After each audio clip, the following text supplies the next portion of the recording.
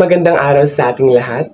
Ikinagagalak ko ang pagkakataon na ito upang ibahagi sa inyo ang isa sa mga akdang nabuo sa ikalawang yugto at ikatlong yugto sa panahon ng pananakop ng mga Amerikano. Sa aming ginawang pananaliksik, ating matutunghayan ang buhay sa gumawa ng akda at buod sa nasabing akda. Una muna nating alamin ang ikalawang yugto, ang panahon ng romantisismo sa panitikan. Ating natutunan sa yugtong ito na isa sa mga paksang nagasgasan ay ang paksang pag-ibig. Kaya naman, sa buod ng akda na ating tatalakayin ay may kaugnayan ito. Ito ay ang balagtasan, ang bulaklak ng lahing kalinis-linisan ni Florentino Collantes. Bago natin tatalakayin ang mismong buod, atin munang alamin ang buhay ni Florentino Collantes. Si Florentino Collantes ay isang Makata guro na ipinanganak noong Oktubre 16, 1896 sa Pulido, Bulacan. Kinilalang doblero ng kanyang panahon at hinirang na ikalawang hari ng balagtasan. Isa siya sa pangunahing tagapagtuguyod ng balagtasan na naging popular noong dekada 1920. Kasama si Jose Corazon de Jesus, siya ang nagpasikat ng balagtasan na kalaunan ay may malaking bahagi ng panitikan sa Pilipinas. Isa sa tanyag na akda ni Collantes ang bulaklak ng lahing kalinis-linisan. Isang balagtasang ipapakita ng mga isyong panlipunan tulad ng purong lahi at moralidad ng mga Pilipino. Sa pamamagitan ng kanyang mga tula, itinaguyod ni Collantes ang paggamit ng wikang Pilipino upang taguyod ang ating kultura at pagpapahalaga sa ating pambansang identidad. Bagamat masasabing hindi siya naging kasing sikat ng iba pang mga Makata, ang kanyang ambag sa panitikan at balagtasan ay patuloy na ipinapahahalagahan at ipinagmamalaki ng mga Pilipino. Ang kanyang mga akda ay nagsilbing tulay upang mas mapalaganap ang tula at ang wika ng Pilipino sa panahon ng kolonyalismo. Ngayon, tumakot tayo sa mismong buod. Sa balagtasang ito, pinagtatalunan ni Paro-Paro ang alitap-tap at bubuyog ang pukyutan, ang karapat-dapat sa pag-ibig ni Kampupot, isang bulaklak na sumisimbolo ng kagandahan at kalinisan. Pagbukas ng balagtasan. Ang Lakandiwa ang nagbukas ng balagtasan at tinanggap ang mga Makatang nagnanais makipagtalo sa Makata ng tula. Pinili ng Lakandiwa na talakayin ang tungkol sa bulaklak ng lahing kalinis-linisan at dito nagsimula ang masalimuot na debate tungkol sa pag-ibig ni Kampupot. Sa mga unang taludtod, ipinakita ni Paro-Paro ang panig ni Jose Corazon de Jesus, ang kanyang tapat na pagnanasa at tunay na pagmamahal kay Kampupot. Ayon sa kanya, ang kagandahan ng bulaklak ay bunga ng tunay na pagmamahal at alaga sa kalikasan. Pinanggit niya rin ang masalimuot niyang pagmamahal kay Kampupot at nalungkot siya nung ito'y nawalay sa kanya. Sa kanya totoo ang sinabi na mas karapat dapat siya sa pagmamahal kay Kampupot dahil sa kanyang sipag at sa malalim na pagkakas sa kalikasan. Inamin niya may kasisayang sa pagmamahal at pagsubok kay Kampupot at sa kanyang mga damdamin ay nagmulasi sa malalim na pagkakas sa kalikasan at pagmamahal ng ibas-ibas na mga. Sa pagpapaliwanag nila Kandiwa, na mas malaman nilang anglitan, biniglang diin nila Kandiwa ang tunay ng pagmamahal ay hindi dapat magbisalhin ang alitan. Dapat ay magpapaglato nila na ang pagmamahal ay hindi isang bagay na dapat malaki o ipaglaban ng may galit. Dito, inikayat ko ng iwas sa Kampupot na magbigay ng kanyang pagsariling damdamin. Pahayag ni Kampupot. Ipinahayag ni Kampupot na hindi siya umiibig kay Paro-Paro o kay Bubuyog, kundi sa kalikasan at sa mga bagay na may tunay na wagas at halaga. Sinabi niyang ang pagmamahal niya ay hindi tumutok sa mga nilalang na may sariling hangarin kundi sa kalikasan na tunay na wagas.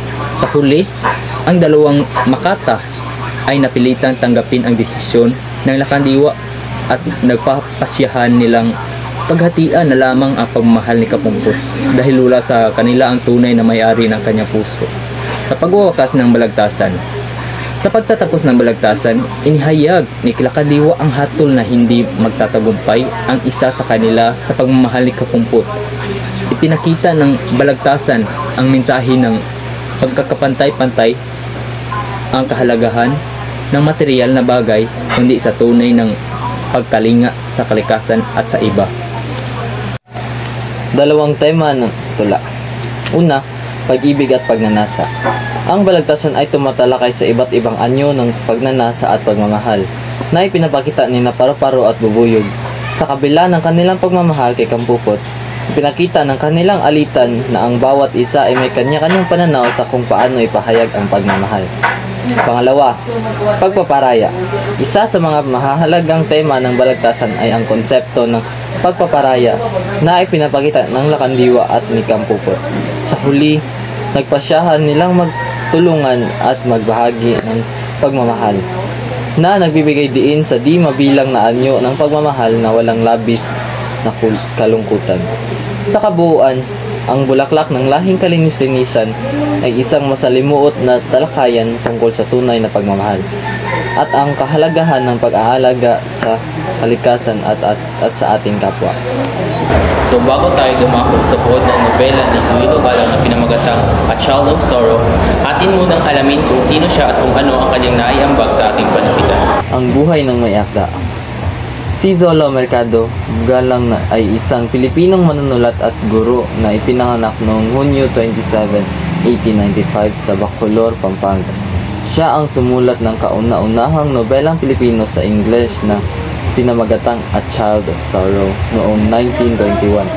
At ito rin ang kauna-unahang nobelang Pilipino na naisulat sa wikang English na nagbigay ng bagong direksyon sa panitikang Pilipino.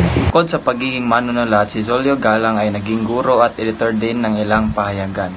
Ang kanyang mga akda ay nagpapakita na mataas na antas na sining at intelektual na pagsusuri sa mga tema ng pag-ibig, kalungkutan at pagkatao ng mga Pilipino sa harap ng pagsubok na nag-iwan ng malaking ambag sa panitikan ng Pilipinas bago siya pumanaw noong 1959. Ngayon, dumako naman tayo sa buod ng nobela.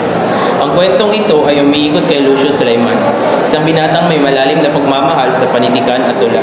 Isang araw, sinamahan niya ang kanyang kaibigan na si Camillo na magtungo sa isang bayan ng Merita, ang bayan ni Camillo. Dito, nakilala ni Lucio si Rosa Garcia, isang dalagang may inosenteng ganda at agad din niyang minahal. Si Rosa ay anak ni Gobernador Pancho Ismael, isang makapangyarihang tao sa bayan. Habang lumalalim ang pagmamahala ni Lucio at Rosa, napahagap sila sa mga pagsubok dulot ng kondisyon na inasahan ng kanilang pamilya. Dahil sa mga pangyayaging hindi inaasahan, napilitan si Rosa na magpakasal kay Oscar, isang kasamahan sa trabaho ng kanyang ama upang mapanatili ang dangal ng kanilang pamilya. Bagamat masakit para kay Lucio, tinanggap niya ang desisyon ni Rosa at nagpatuloy sa kanyang buhay. Makalipas ang ilang buwan, pagkatapos ng kasal ni Oscar at Rosa, nabalitaan ni Lucio na si Rosa ay nakasakit na maaaring maidulot ang kanyang pagkamatay. Dahil dito, nagpunta agad si Lucio sa bayan ng Merita. At dito, sinabi ni Rosa na mahal niya pa rin si Lucio at patuloy niya pa itong mamahal. At sinabi rin agad ni Lucio na parehas lang sila ng nararamdaman. Pagkatapos ay namatay na si Rosa. At di naglaon ay sumunod rin ang kanyang asawa na si Oscar. At simula noon, lagi nang binibisita ni Lucio ang puntod ng namayapang si Rosa sa araw ng kanyang pagkamatay. Ang akdang ito ay tumatalakay sa mga tema na kalungkutan, pamilya, at ang paghahanap ng pag-ibig sa gitna ng mga pagsubok dulot ng mga tradisyon at inaasahan ng lipunan. Ang akdang ito ay nakatuon sa pag-iibigan ni Lucio at Rosa na naudot dahil sa isang tradisyon ng ating lipunan. Mapanoon man o sa kasalukuyan ay hindi natin may pagkakaila na nangyayari pa rin ang mga bagay na ito. Kaya masasabi natin ang akdang ito ni Zoilo ay may malaking ambag at impluwensya sa panitikan ng Pilipinas. Dahil naipakita sa akdang ito ang mga epekto ng mga problemang panlipunan sa isang individual tungo sa kanyang paglaki.